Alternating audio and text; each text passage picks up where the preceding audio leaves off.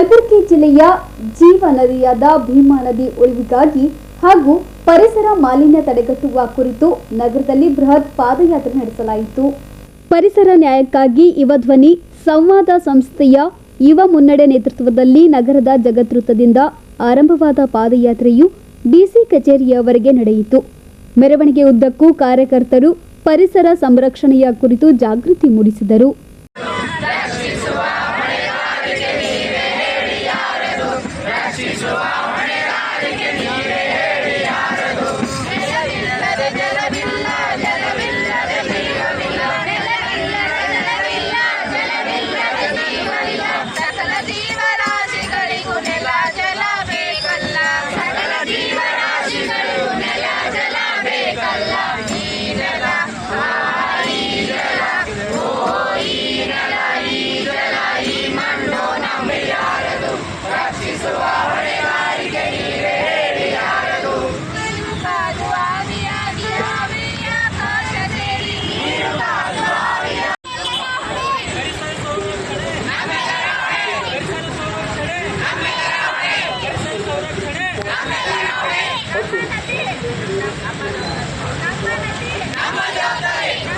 ಕಲಬುರಗಿ ಜಿಲ್ಲೆಯ ಜೀವ ನದಿಯಾದ ಭೀಮಾ ನದಿಯು ದಿನದಿಂದ ದಿನಕ್ಕೆ ಅಳಿವಿನಂಚಿಗೆ ಸಾಗುತ್ತಿದೆ.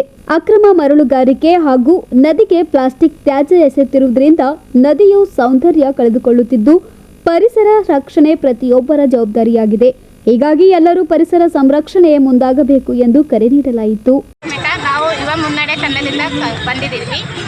ನಾವು ಇಲ್ಲಿ ಏನು ಮಾಡ್ತಾ ಇದ್ದೀವಿ ಅಂದರೆ ಪರಿಸರ ಸಂರಕ್ಷಣೆ ಮತ್ತು ಭೀಮಾ ನದಿಯ ಉಳಿವಿಗಾಗಿ ಈ ಒಂದು ಜಾಥಾ ಮಾಡ್ತಾ ಇದ್ದೀವಿ. ಜಾಗೃತಿ ಜಾಥಾ ಅಂತ ಹಾಡಿನ ಮೂಲಕ ಆಗಿರ್ಬೋದು, ಅರಿವಿನ ಸಾಂಗ್ಗಳು ಹಾಡ್ತೀವಿ, ಮತ್ತು ಘೋಷಣೆ ಪ್ಯಾಂಪ್ಲೆಟ್ಸ್ ಹಂಚ್ತೀವಿ. ಆಯಿತು, ಇಲ್ಲಿ ಡಿ ಸಿಗಳಿಗೆ ಲೆಟರ್ ಕೊಡ್ತೀವಿ, ಅದಕ್ಕೆ ಸಂಬಂಧಪಟ್ಟಂಥ ಅಧಿಕಾರಿಗಳಿಗೆಲ್ಲ ಲೆಟರ್ ಕೊಟ್ಟು ಮನವಿಯನ್ನು ಸಲ್ಲಿಸ್ತೀವಿ. ಮತ್ತು ನಮ್ಮದು ಮೇನ್ ಟಾಪಿಕ್ ಏನಂದರೆ ಈಗ ಭೀಮಾ ನದಿ ನೋಡ್ತಾ ಇರಬೇಕು, ವರ್ಷದಿಂದ ವರ್ಷಕ್ಕೆ ಇಷ್ಟು ಕಲುಷಿತಗೊಳ್ತಾ ಇದೆ. ಆ ನೀರನ್ನು ಕುಡಿದು ನಮ್ಮ ಆರೋಗ್ಯ ಕೂಡ ಹಾಳಾಗ್ತಾ ಇದೆ.